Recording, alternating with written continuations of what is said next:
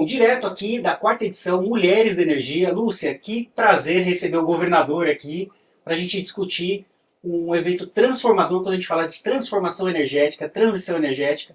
Governador, conta pra gente, primeiro, seja bem-vindo, né? E conta pra gente como que está sendo essa pauta lá com vocês. Bem, Ricardo, é um prazer. Lúcio, muito obrigado pelo privilégio de poder participar desse momento. E falar de sustentabilidade hoje é falar de transição energética, é buscar alternativas que possam compatibilizar a redução das emissões com mudança de matriz energética para permitir oferta de energia para o desenvolvimento. E hoje todos os estudos comprovam que o uso de combustível fóssil se transformou na principal razão das emissões de gases de efeito estufa na atmosfera. Portanto, é necessário que se construam soluções para mudar esta dependência de combustíveis fósseis a partir de alternativas de energias renováveis e construção, portanto, desta transição. Nós temos debatido muito isso, discutido, primeiro de forma muito racional. Não é possível tratar um assunto desta envergadura sob o aspecto da ideologia. Superficial. Muita gente, porque tem que acabar o uso de combustíveis fósseis. Mas eu pergunto, acabar hoje com o uso de energia de combustíveis fósseis pararia as indústrias, pararia o transporte coletivo, apagão, né? nós teríamos um apagão econômico e, consequentemente, com repercussões sociais. Sim. Portanto, nós temos que ter a compreensão de que é necessário estabelecer um planejamento e um prazo para esta transição, mas é necessário se compreender de que isto não acontece de uma hora para outra. E por essa razão, inclusive, o Brasil deve liderar esta agenda, primeiro porque tem autoridade para isso. Sim. 83% da energia do Brasil ela é energia limpa das nossas hidrelétricas. E o Pará, particularmente, tem as duas maiores hidrelétricas integralmente nacionais do nosso país. Sim. E precisamos, portanto, utilizar das nossas riquezas para construir esta transição. É a nossa riqueza solar estimulando a energia solar. São os nossos ventos que devem, portanto, potencializar a energia eólica. E os metais críticos que o nosso país possui em abundância para que isto permita os bens necessários para viabilizar a transição com energia nova, com a viabilização de esta nova pegada, esta nova matriz a partir dos metais críticos. Que é uma nova corrida, né? Que é uma nova corrida que nós temos que agir, nós temos que viabilizar e temos que agir no sentido da riqueza, particularmente que o nosso país possui, para que isto permita esta transição. Nós temos, obviamente, também a oportunidade do biocombustível ser cada vez mais potencializado a partir da nossa biodiversidade. Portanto, eu entendo que, da mesma maneira que o Brasil tem liderança e altivez naquilo que já produz energia limpa, o Brasil deve se posicionar na vanguarda na estratégia da transição energética que possa compatibilizar sua responsabilidade com o meio ambiente, mas também a responsabilidade com a economia e com as pessoas. E essa corrida é uma caixa de ferramenta com várias ferramentas, né? Não é só o solar, não é só a eólica, como o senhor bem citou, a questão do biocombustível. Existe algum plano para o governo incentivar rotas estratégicas para começar a desenvolver isso e sair do papel? Por exemplo, o hidrogênio é um combustível fantástico. A combinação de biocombustíveis que podem trazer aí rotas estratégicas para começar a desenvolver essa questão com os biocombustíveis. Como que está sendo desenhado isso? Acho que é fundamental que o governo seja um indutor. O governo não deve ser o responsável Único.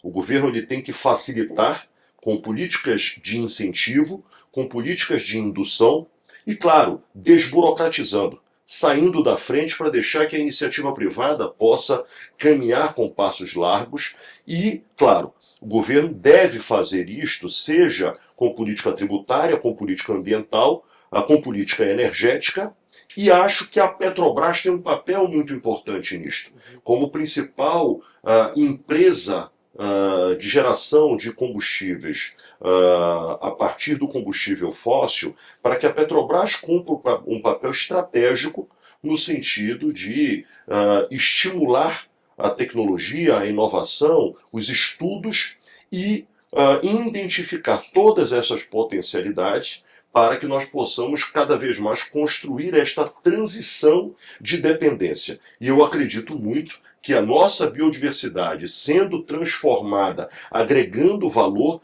nós temos condição, inclusive, de compatibilizar a riqueza florestal brasileira, seja do bioma amazônico, seja dos outros biomas, Mata Atlântica, Cerrado, que nós possamos fazer disto uma política que concilie a necessidade de uma nova energia com valorização da biodiversidade, fortalecendo a preservação florestal e garantindo com isto aquilo que deve ser a leitura do sustentável. Sustentável não é apenas meio ambiente. Sustentável é meio ambiente, é economia, é empregos verdes. Sim. E sustentável é cuidar das pessoas. Nós falamos disso, inclusive agora, acabamos de falar sobre isso no painel. Que não adianta a gente pensar em um ambiente limpo se os nossos corações também não são limpos. A gente tem que pensar em algo muito maior. E nós estamos passando por um momento muito importante no Brasil. E assim, fiquei impressionada com tudo que você sabe. Não que um governador não tenha que saber, mas você sabe muito de energia. Da pauta, né? Da pauta toda, né? Ele dá uma aula. Fiquei impressionada. É música para os ouvidos de quem... Eu, pelo menos, tenho uma... Eu falo que sou muito idealista. Eu sonho realmente com esse país que, desde pequeno, eu imagino ser um país moderno, tecnológico, com a transição energética acontecendo. E a gente tem condições de liderar, sim, essa transição energética. Só da gente olhar, né, tudo que a gente já tem no Brasil, nossas riquezas naturais. E quando a gente fala do sol, é algo que eu sempre enfatizo isso. O pior lugar de sol no Brasil é em Blumenau. É o pior insolação, você sabe disso. Ele é 10 vezes melhor do que o melhor lugar na Alemanha. Exato. Nós temos uma janela de variação de 10 graus em todo o território nacional, o que nenhuma unidade do mundo teria em larga escala como o Brasil possui. Temos que ser protagonistas. Portanto, nós temos todas as oportunidades diante de nós. E os data centers vindo para cá, a gente teve um debate grande, inclusive a Tânia Constantino estava conosco, falando realmente dos data centers. Eles acabam vindo muito mais para São Paulo, mas nós temos ainda um problema de transmissão de energia e que precisa existir esse investimento realmente. Porque se não houver o investimento, está injetando muita energia limpa e está sobrecarregando a rede. Se perde essa energia. Se perde energia. Por quê? Porque precisa haver um investimento maior nessa questão toda dessa, vamos dizer, essa modernização do sistema energético. Esse é o desafio do nosso tamanho. Sim. Um país das dimensões como o Brasil precisa, por um lado, cada vez mais fortalecer a produção de energia, mas precisa investir na logística de distribuição desta energia. E eu falo isso porque lidero hoje um estado que territorialmente tem a mesma extensão de Portugal, Espanha e França juntos. Portanto, tudo quando se fala em distribuição, em investimentos, em fazer chegar uma política pública, nós estamos falando de milhares de quilômetros em torno de um único território. Sim, e por falar, vamos falar um pouquinho só, fazer uma última pergunta, porque o pessoal já está chamando a gente lá no palco. A gente tem aqui um congresso hoje das Mulheres da Energia, ficamos muito honradas com a sua presença, até porque você sendo um anfitrião da COP30, que não é fácil essa missão, a gente sabe, nós queremos estar, assim, além de contempladas com a sua presença, não sei se eu posso chamar desse nome, mas o guardião da Carta das Mulheres da Energia, para a presidência da COP30 e a Uma grande nossa responsabilidade. Hein? e a nossa contribuição, né, para que realmente essa COP ela realmente seja inclusiva, seja justa e que toda essa transição energética que tanto nós falamos, né, tantos discursos, realmente seja aplicado na prática. Porque não podemos esperar mais 10 anos, 20 anos para começar a fazer isso acontecer. Eu falo que nós somos criadoras de soluções. Existem as dificuldades? Sim, mas vamos achar as soluções. Então, eu gostaria de que você falasse só um pouquinho sobre como você vê a COP30 hoje acontecendo aqui no Brasil Estendendo um e no pouco, seu Lúcia, estado. E como é este evento, como o governador enxerga este evento, Sim, né, com mulheres importante. maravilhosas do setor elétrico, começando pela Lúcia, que é uma guerreira que está aqui Só. batalhando pelo setor, e a gente sabe o quanto é importante, né, a presença do governador aqui para também olhar de perto o que está sendo feito aqui com esse grande mercado de energia transformador. Bom, primeiro, parabéns pela iniciativa Obrigada. de encaminhar à presidência da COP um documento que retrate a visão, o olhar, as expectativas e contribuições das mulheres da energia. E isto conecta muito com o que eu acredito para a COP30. Acho que a COP30, dentre tantas conquistas, ela traz a presença da sociedade de forma muito robusta. Sim. Até porque as últimas 3 edições das COPs que antecedem a COP de Belém foram em países em que o sistema político não estimulava a participação da sociedade.